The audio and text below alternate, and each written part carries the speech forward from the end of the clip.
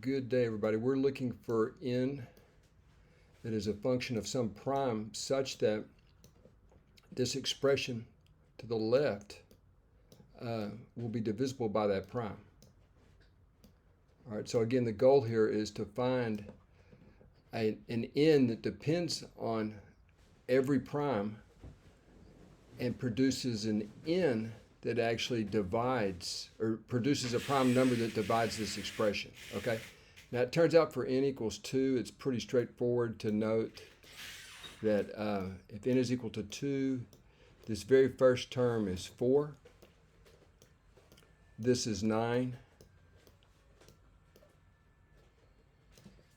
this is 36, 6 squared is 36, minus 1. And notice I believe it's 45, 49, this is equal to 48. All right, so note that n equals 2 actually takes care of business for the primes 2 and 3. That is, 2 certainly divides 48. And 3 certainly divides 48. 3 times 16 is 48. All right, so that's kind of the spirit of this, and we just kind of special cased it for primes 2 and 3. Normally there's kind of problems with the even prime, and so you tend to look at that as a special case on many of these kind of problems. Okay, so we found n is a function of p. Now that kind of motivates us to consider n is equal to p minus 2.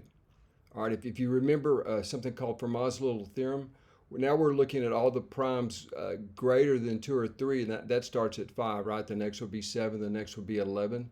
Now let's recall what Fermat's Little Theorem says. The usual form you see it in is this. If you have a relatively prime to p, a to the p minus 1 is congruent to 1 mod p. Okay, y'all, and again, the condition here is for this result to hold, this is called Fermat's Little Theorem, a and p must be coprime or relatively prime, and that's a lot of times connoted like this: a comma p paren is equal to 1. A and p share no factors. A is not a multiple of p. It's stated that way in some instances, I think. Okay, but anyway, you can see how that here's our function of p right here, right? Just like we were talking about earlier, we're looking for some function of p, albeit simple in this case. It's just linear. Okay, so that's a function of p. N is a function of p.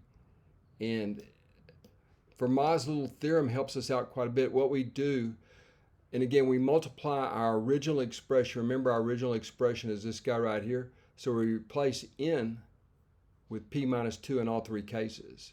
Now notice laws of exponents leads to this statement right here, like 6 is equal to 2 times 3, right? So 6 is certainly equal to 2 times 3, and you can see what's going on here. Part of 6 gets left, and the rest of it is laws of exponents, right?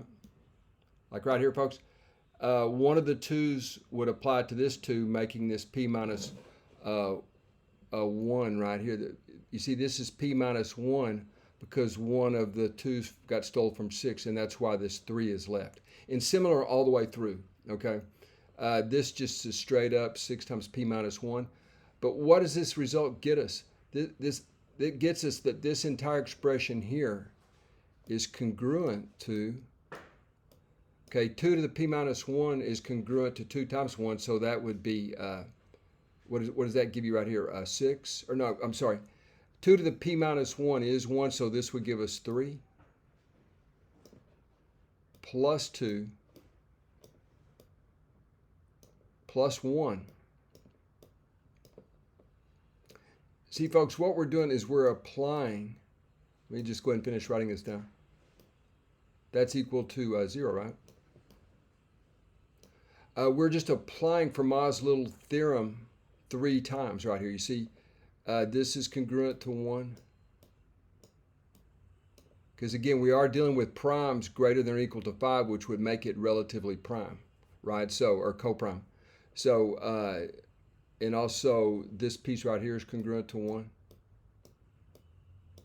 And then this entire object is congruent to 1. So we applied we applied Fermat's Little Theorem. This is sometimes called FLT, Fermat's Little Theorem.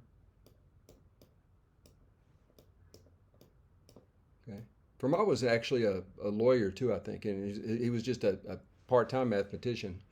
But anyway, what does this tell us? This tells us that this entire expression here is congruent to 0 mod p, where p is greater than or equal to 5. So that means that 2 to the p minus 2, let me write this down, 2 to the p minus 2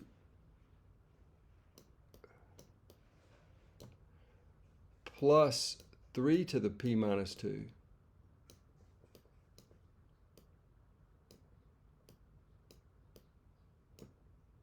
plus 6 to the p minus 2 minus 1.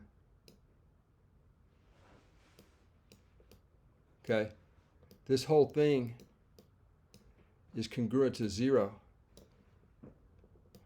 Is congruent to 0 mod p.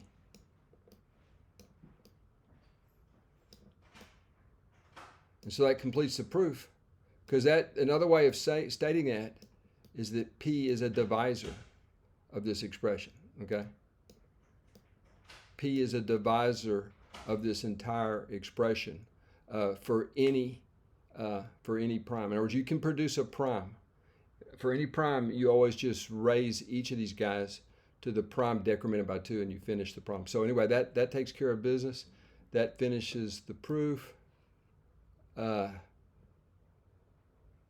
This object is a multiple of p, and isn't that what we said? It's a multiple, or the prime is a divisor of that expression. So we got it done.